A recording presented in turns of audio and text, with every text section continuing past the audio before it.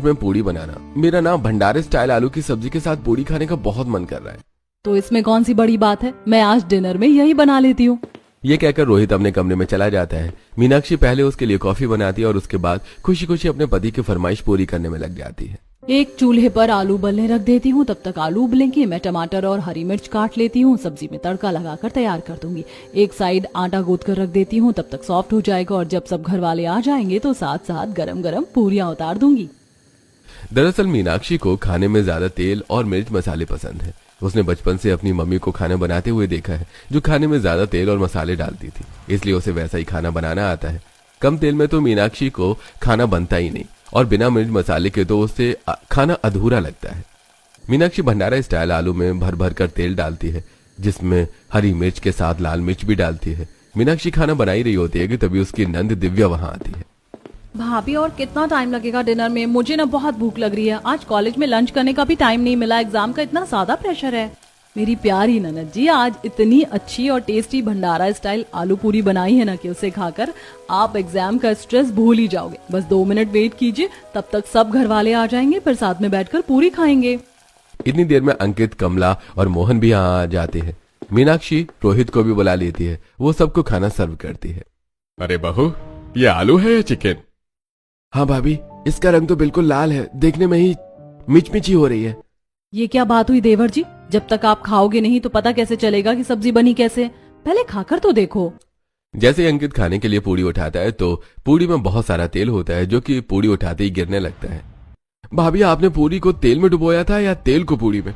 ये देखो, इसमें तो 1 किलो तेल भरा पड़ा है।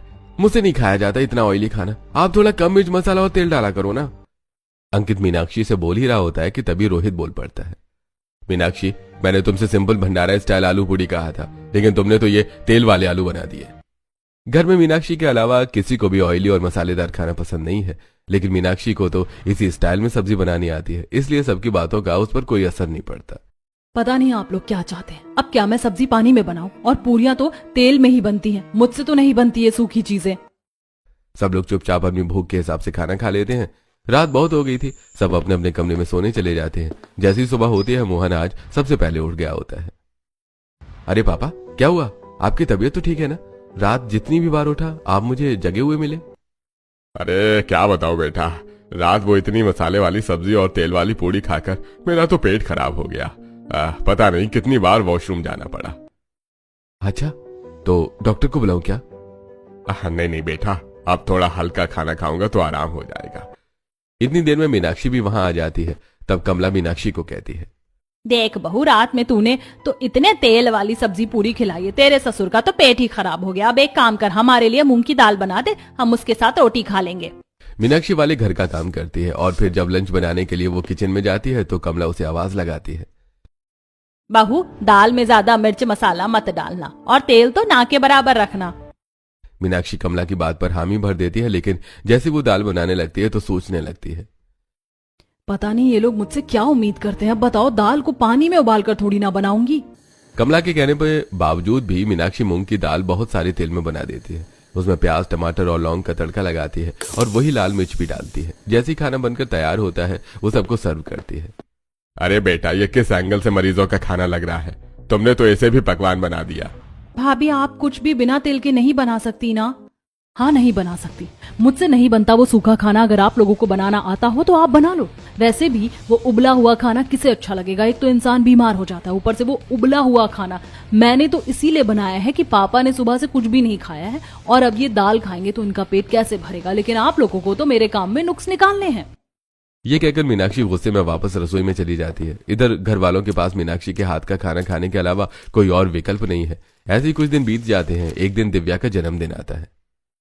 हाँ दिव्या, क्या प्लान है तुम्हारे बर्थडे का? पार्टी नहीं दे रही है क्या? तभी सोफे पर बैठे मोहन और कमला बोल पड़ते हैं, अरे कैसी पार्टी? घर में कुछ अच्छा सा बना लेंगे, मोहल्ले के बच्चों को बुलाकर बांट देंगे, मन गया जन्मदिन। क्या पापा, हर बार मैं ऐसे ही बच्चों की तरह बर्थडे मनाती हूँ। अब मैं बड़ी हो गई हूँ, मेरी सहेलियां बाहर जाती हैं, अपना बर्थडे सेलिब्रेट करती हैं, दिल बनाकर फोटो पोस्ट करती हैं। मुझे भी इस बार अपना बर्थडे बाहर ही मनाना है। दिव्या बाहर बर्थडे सेलिब्रेट करने के लिए जिद करने लगती है। तभी उसकी बात सुनकर रोहित बोलता है, हाँ चलो ठीक है, सब लोग तैयार हो जाओ, इस बार हम भी बर्थडे सेलिब्रेट करने बाहर जाएंगे। रोहित की बात सुनकर दिव्या खुशी से उछल पड़ती है और फटाफट एक खूबसूरत गाउन पहनकर आ जाती है। सब लोग मिलकर रेस्टोरेंट में जाते हैं। रेस्टोरेंट में मेन्यू देखते हुए, अरे भाई यहाँ पर तो हमें कुछ अपनी पसंद का दिख नहीं रहा। बच्चे लोग, तुम्हें जो अच्छा लगे वही ऑर्डर कर दो हमारे लिए। पापा ये देखो, ये पनीर वेज रोल है, आपको और मम्मी को बहुत पसंद आएगा, साथ ही ये बहुत हेल्दी भी होता है। दिव्या मम्मी पापा के लिए वेज पनीर रोल ऑर्डर करती है। अब अंकित की बारी आती है। मैं तो आज लजानिया और सुशी ट्राई करूंगा। हाँ भाई, तुम ही खाओ ये अंग्रेजी वाला खाना, मैं तो हक्का नूडल्स और व्हाइट सॉस पास्ता खाऊंगा। सब लोग अपनी अपनी पसंद का खाना ऑर्डर करते हैं। अब मीनाक्षी की बारी आती है। अरे भाई, ये कैसा मेन्यू है? यहाँ तो कोई मसाले वाली सब्जी है ही नहीं। एक काम करो, मेरे लिए मसालेदार छोले भटूरे ले आना और साथ में मिर्च का अचार भी। वेटर सबके ऑर्डर लेकर चला जाता है। तब रोहित मीनाक्षी से कहता है, मीनाक्षी, घर पर तो तुम इतना तेल मसाले वाला खाना खाती ही हो और हमें भी खिलाती हो। कम से कम एक दिन तो हल्का खा लो। अपना वजन देखो कितनी मोटी होती जा रही हो। आप तो हर वक्त मेरे खाने में नजर लगाते रहते हो। मुझे जो पसंद है मैं वही खाऊंगी। खाने के मामले में मीनाक्षी किसी की नहीं सुनती। इस तरह सब लोग पहले डिनर करते हैं, फिर केक कट करते हैं। दिव्या केक के साथ और सबके साथ ढेर सारी तस्वीरें क्लिक करती है। ऐसी हंसी खुशी दिव्या का जन्मदिन मनाकर सब घर लौट आते हैं। और कुछ दिन बाद, मीनाक्षी भाभी, कितने दिन हो गए आपने कढ़ाई पनीर नहीं बनाया? आज तो कढ़ाई पनीर की बहुत क्रेविंग हो रही है, प्लीज बना दो ना। और उसके साथ गार्लिक नान या लच्छा पराठा भी, पर तेल कम यूज करना प्लीज। अरे आपने तो मेरे मुंह की बात छीन ली। मैं भी कल सुबह आपके भैया से बोल रही थी कि आते वक्त पनीर ले आना। अब तो डिनर में कढ़ाई पनीर ही बनेगा। मीनाक्षी कढ़ाई पनीर का सारा सामान मार्केट से मंगवा लेती है। पहले वो पनीर काटती है, फिर मैदा गूंथती है। लच्छा पराठे तो मैदे के ही अच्छे लगते हैं। मैदा गूंथ कर रख देती हूँ, थोड़ी देर में ये सॉफ्ट हो जाएगा, फिर गरम गरम पराठे सेक दूंगी। मीनाक्षी पनीर को बहुत सारे तेल में फ्राई करती है, फिर कढ़ाई में खूब सारा तेल डालकर सारे मिर्च मसाले डालती है और उसमें पनीर छोड़ देती है। इस तरह उसका तेज मिर्च मसाले वाला कढ़ाई पनीर तैयार हो जाता है। इतनी देर में बाहर से अंकित आता है। अरे वाह, आज क्या पकाया? इतनी अच्छी खुशबू आ रही है। तभी सोफे पर बैठी फोन चलाती हुई दिव्या बोलती है, आज मेरी फरमाइश पर भाभी कढ़ाई पनीर बना रही हैं। हाँ, कढ़ाई में पनीर नहीं, तेल पनीर मिलेगा।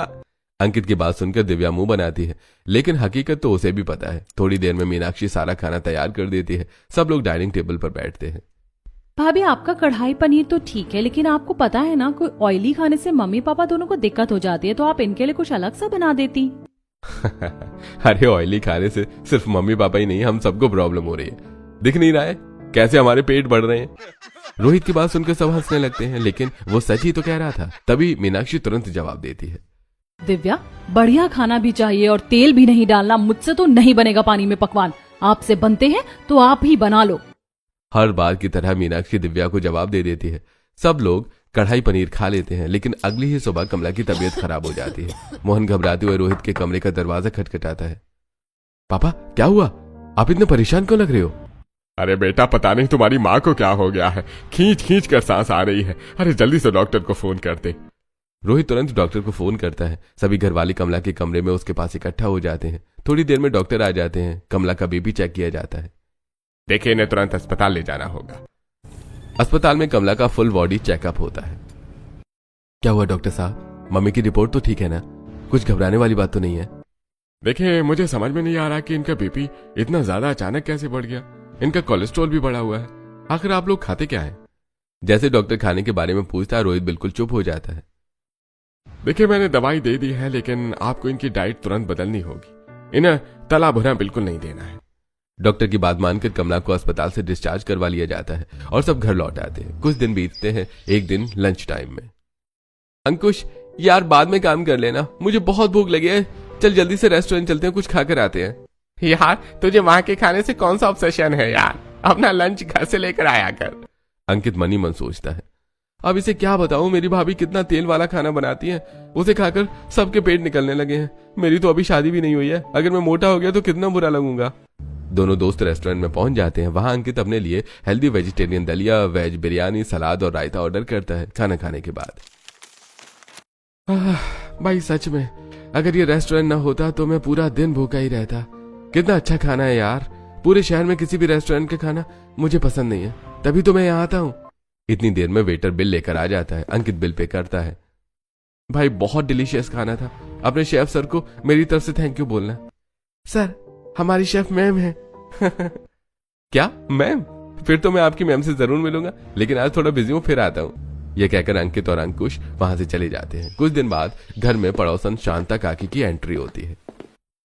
अरे ये कमला बहू, बहू के होते हुए भी तुम इतना काम करती हो, कभी मोहल्ले में भी आ जाया करो, तुम तो घर से बाहर ही नहीं निकलती। अरे मैं तो बस थोड़ा बहुत हाथ बटा देती हूँ। वैसे मैं ये कह रही थी कि मोहल्ले की जितनी भी लड़कियां थी सबकी शादी हो गई।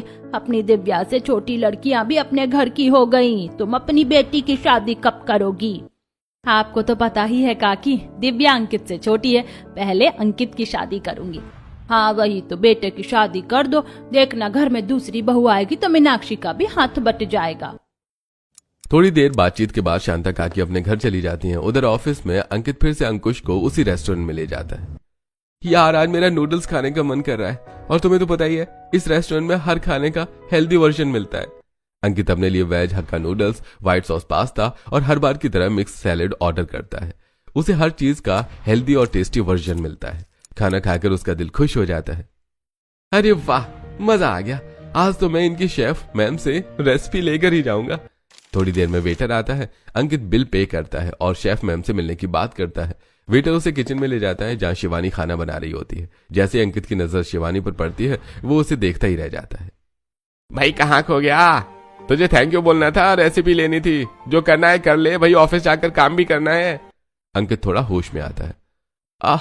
मैं आपके खाने का फैन हो गया हूँ, सच में मैंने इतना टेस्टी खाना कभी नहीं खाया। मैं आपके मेन्यू को 5 स्टार रेटिंग देता हूँ। अंकित अंकुश के साथ वापस ऑफिस आ जाता है, लेकिन शिवानी की वो एक झलक उसके दिमाग से निकलती नहीं है। अब वो बहाने बहाने से रेस्टोरेंट जाने लगता है। एक शाम घर पर, देखो अंकित, अगले महीने दिव्या का कॉलेज खत्म हो जाएगा। दिव्या तुमसे छोटी है तो पहले तुम्हारी शादी होगी, उसके बाद ही उसके बारे में सोचेंगे। तो शादी को लेकर तुम्हारा क्या ख्याल है? हाँ बेटा, अगर तुम्हें कोई लड़की पसंद हो तो बता देना, हमें कोई ऐतराज नहीं है। मम्मी पसंद तो है, लेकिन मैं आप लोगों को उससे पूछकर बताऊंगा। अंकित की बात सुनकर सब हंसने लगते हैं। इधर हर बार की तरह मीनाक्षी अपना तेल में तला भुना खाना तैयार करती है। सब लोग न चाहते हुए भी डिनर करते हैं और सो जाते हैं। अगले दिन ऑफिस में अंकित को शिवानी के ख्यालों में डूबा हुआ देखकर अंकुश कहता है, अरे अंकित भाई, ऐसा कब तक चलेगा? देख, अब तो आंटी भी तेरी शादी के बारे में कह रही है। मैं तो कहता हूँ आज ही रेस्टोरेंट जाओ और शिवानी को प्रपोज कर दे। कहीं ऐसा ना हो कि तेरी शादी कहीं और हो जाए। अंकित को अंकुश की बात समझ आ जाती है। वो उसी शाम रेस्टोरेंट जाता है। पहले चुपचाप बैठकर खाना खाता है, फिर हिम्मत जुटाकर शिवानी के पास जाता है। शिवानी, तुम्हें पता है मुझे तुम्हारे हाथ का खाना कितना पसंद है। क्या तुम हमेशा मेरे लिए खाना बनाओगी? क्या तुम मेरी लाइफ पार्टनर बनोगी? अंकित के मुंह से यह सब सुनकर शिवानी का चेहरा खिल उठता है। वो हल्का सा शर्माती और मुस्कुराकर जवाब देती है, मुझे पता था कि आपके दिल में मेरे लिए कुछ तो है, लेकिन आज आपने खुद कह दिया। मैं भी इसी पल का इंतजार कर रही थी। दोनों काफी देर तक बैठकर बातें करते हैं। उधर घर आकर अंकित भी अपने परिवार को शिवानी के बारे में बता देता है। दोनों परिवारों में बातचीत होती है और अगले ही महीने उनकी शादी तय हो जाती है। शादी की तैयारियों और भागदौड़ में कब एक महीना निकल जाता है पता ही नहीं चलता। आखिरकार आज अंकित और शिवानी की शादी हो चुकी है। आज शिवानी का गृह प्रवेश है।